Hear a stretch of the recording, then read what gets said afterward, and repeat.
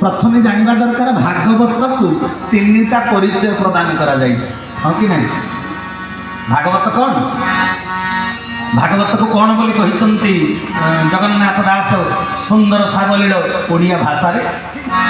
दशपल्ला माटी को मोर कोटि कोटि नमस्कार जे आपण मैंने जिते बसी आपण को मोर कोटि कोटि नमस्कार। कौन पाई ना दशपल्ला माटी हूँ उत्कल आध्यात्मिक इतिहास रे गोटे संस्कृति संपन्न बा स्वाक्षर बहन करुवा माटी।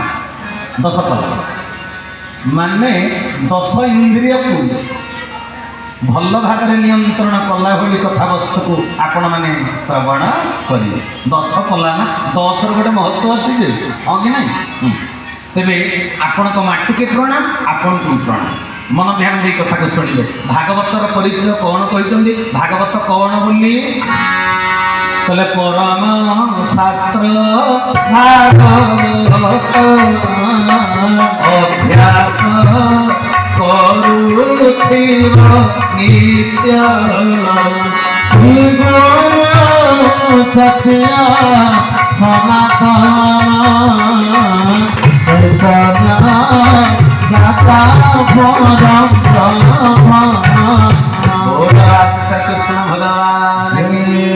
सजन वृंद कहले परम शास्त्र भागवत अभ्यास करुथिव नित्य। शास्त्र क्या कहुए जी संदेह मोचन करे, जी जन्मांतर बादर अविद्या दोष को नष्ट करी दी ताकू कहुए कौन शास्त्र। शास्त्र हूँ अस्त्र, शास्त्र शास्त्र हूँ आमर अस्त्र। बुद्धि विवेक ज्ञान बड़े मरण जेणी पारे बुझीपार ना। तेरे बुद्धि विवेक ज्ञान मिल कौटू शास्त्र बुझीपार ना। शास्त्र हूँ आमर अस्त्र। राजा सेना पूजा पाए देश विदेश रे, ज्ञानी पूजा पाऊ थाए सब देश विदेश। अपना देश में पूजा पाए केवल राजा, किंतु ज्ञानी कौटी पूजा पाए देश विदेश।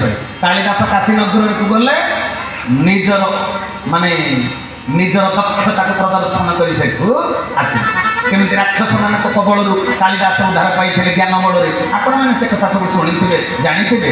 मु लंबा चौड़ा कथा कहला तो मत संभव ना।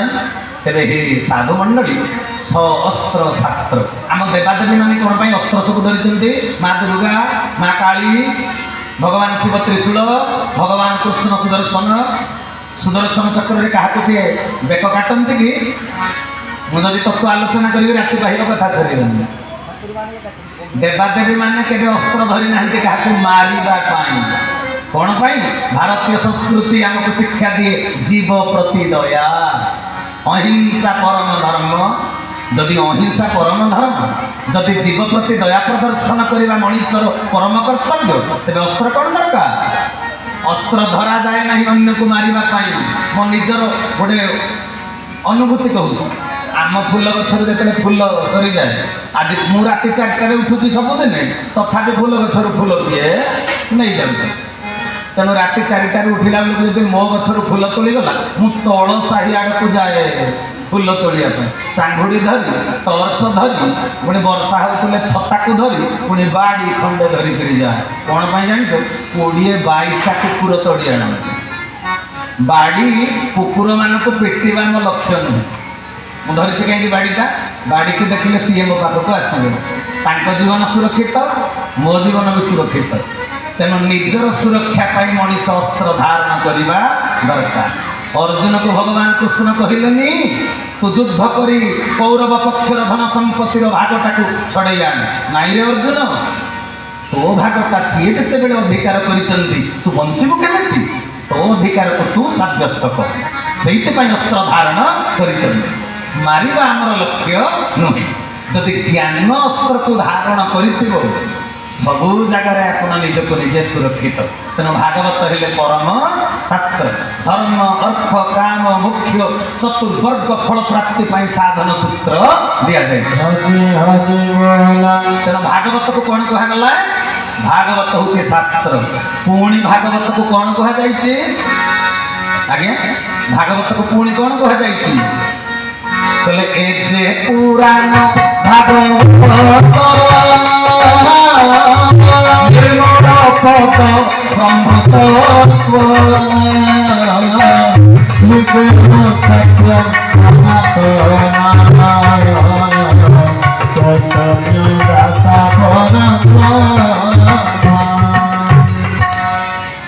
मानकर मुह को देखिक गोटे प्रतिक्रिया मुझे देखुची से कथार समाधानटा कर दूँ जेते प्रवचक आसती जदि भागवत गाइले पालिया कहे गोविंद गोविंद गोविंद पदुगुची मकरंद तेना आपण भर किसी माँ बापा माने भाई भौणी मैंने आम अजी भाई आड़े टेरे टेरे चाहूँगी ये आउ गुटे कौन कहूँ गोविंद गोविंद न कहीकि नाई कि आपण भर गोटे द्वंद्व सृष्टि सजन वृंद गुरु आ गोविंद भितर भिन्नता ना यहीटा मु नूतन कर देखी लोक मान गुरु आ गोविंद होती एक आउ अभिन्न बुझीपार कथा संत कबीर दास कौन कहले गुरु गोविंद दो खड़े काके लागू पाए गुरु गोविंद दो खड़े काके लागू पाए बलिहारी गुरु आपने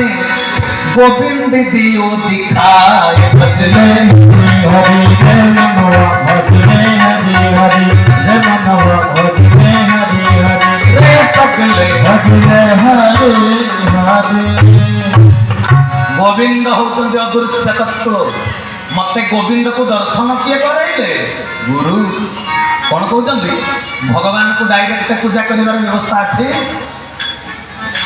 से कहले मत पूजिब गुरु देह मत गुरु भिन्न नुहे गुरु जे साक्षात ईश्वर गुरु को नमणिब नर एखेनी गुरु भगवान से नुहे मनुष्य समान आहा तेना सजन वृंद जदि गुरु गोविंद दी जन एका जगह छिड़ा प्रथम क्या प्रणाम कर गुरु को प्रणाम कर भागवत लेखाही बही संस्कृत भागवत लेखिले कृष्ण दीपायन पराशरनंदन सत्यवती सुत व्यास देव नाई ओडिया भागवत रचना कले अति बड़ी जगन्नाथ दास तेरे सजन वृंद जी ओडिया पढ़ी शिखिनी सी भागवत पढ़ी जान किए तेरे स्कूल रे जाइए अक्षर शिखिला भागवत पढ़ी भागवत पढ़ार योग्यता मत किए देले स्कूल सारे तेणु से सेप्टेम्बर 5 तारीख गुरु दिवस पालन हुए आम गुरु को फूल चंदन दे पूजा करूँ तेणु सजन वृंद से गुरु गोविंद एक अभिन्न ए जगतवासी कर्ण गोचर कर विशाल जो दर्शन को समाज आगे भी छाड़ी देवाई ए पदटा या हजार हजार भजन लिखी आगे मो भजन को गाई बादल आचार्य घनश्याम पंडा पद्मा कुमार बापी पंकज जाल एम सब गाई तेणु सजन वृंद तेरे हृदय भीतर को गुरु प्रति जो आसी श्रद्धास्पद समर्पण भाव तार प्रतिफलन ये दी धाड़ी श्री गुरु सत्य सनातन चैतन्य दाता परम एवं आप क्लीयर हो गले तो सन्देह मोचन हो गला ना शेष जाके सन्देह रही।